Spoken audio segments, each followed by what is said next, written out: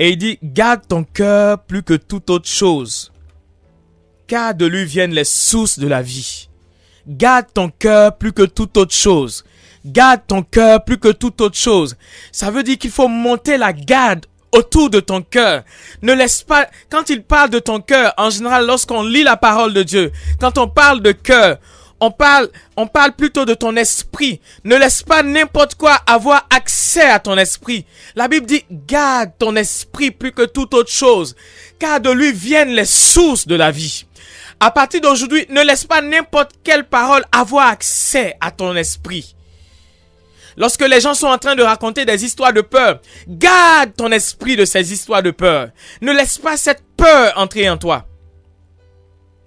Refuse de chercher à écouter les mauvaises informations.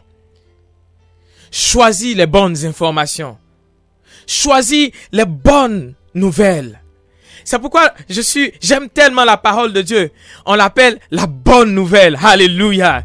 La bonne nouvelle. Nous avons une bonne nouvelle.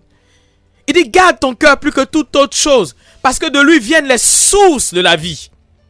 Ça veut dire que si tu laisses n'importe quoi avoir accès à ton cœur, c'est la mort qui jaillira de ton cœur. Garde ton cœur plus que toute autre chose. Alors, qu'est-ce que tu fais donc à partir d'aujourd'hui? Quand de mauvaises paroles viennent, quand de mauvaises informations viennent, tu dis stop. Accès réservé seulement aux bonnes choses. Alléluia. Quand quelqu'un vient dire, apparemment ils sont en train de tuer quelque part là-bas, tu dis stop. Accès réservé qu'aux bonnes nouvelles. Il dit, garde ton cœur plus que toute autre chose. Ne laisse personne te terrifier. On va parler de braquage par ici. On va parler de tuerie par là.